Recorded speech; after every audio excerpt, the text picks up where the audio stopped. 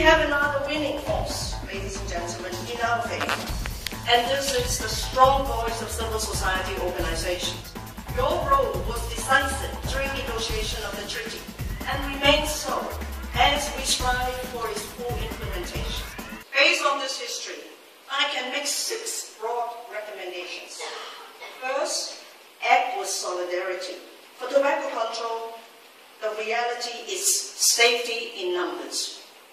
Each legal victory brings regulatory confidence and comfort for other countries seeking to introduce similarly tough control measures. Second, promote policy coherence. Make sure that trade and investment policies at bilateral, regional, and international levels align with policies that protect the public's health.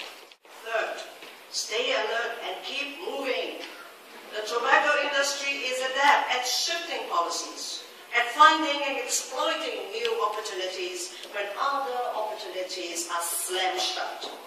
Fortunately, the FCTC is well equipped to respond. This is a living document, a document given the vitality and the capacity to evolve by its governing body, the Conference of the Parties. That body was formulated and have adopted detailed guidelines for the interpretation and implementation of the 10 treaties articles. Fourth, turn to WHO, please, for guidance and support. We are here to serve you. There are some good reasons why the tobacco industry regards WHO as its #1 enemy. And Dr. Brunnen got that distinction. I'm trying so hard to catch up with her. For example, WHO has assisted countries in formulating and introducing national legislation to enact specific tobacco control measures. You have just heard what I told you, working on President Putin. So I will work on the next president of a big country, and you know which one.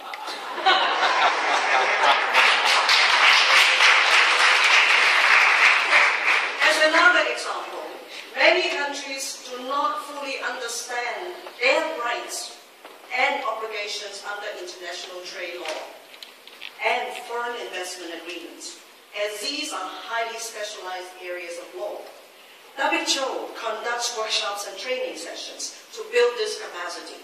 WHO works very closely with the WTO and the World Intellectual Property Organization to clarify and demystify health-specific provisions in the international systems that govern trade and intellectual property rights.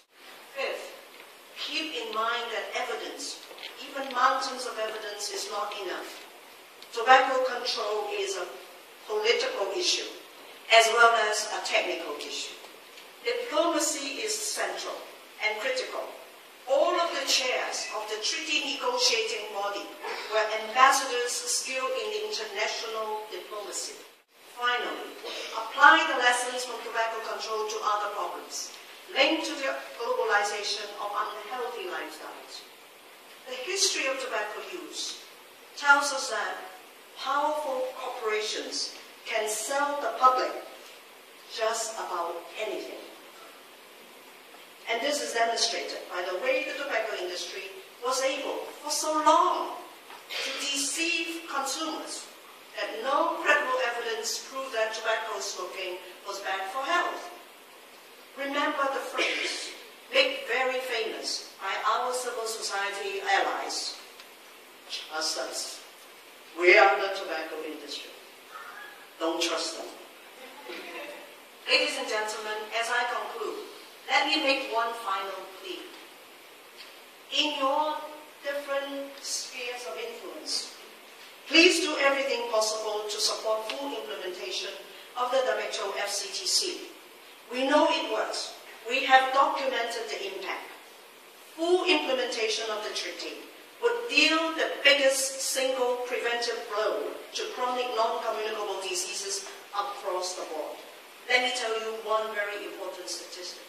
In the last 10 years, smoking has declined in OECD and developed countries by about 10%. But in the same period, Smoking has increased by 18% in low and middle income countries. Watch out, they are dumping their products to you. So let's work hard to fully implement the FCTC. Doing so would rank as the greatest achievement for preventive medicine in this century. Thank you.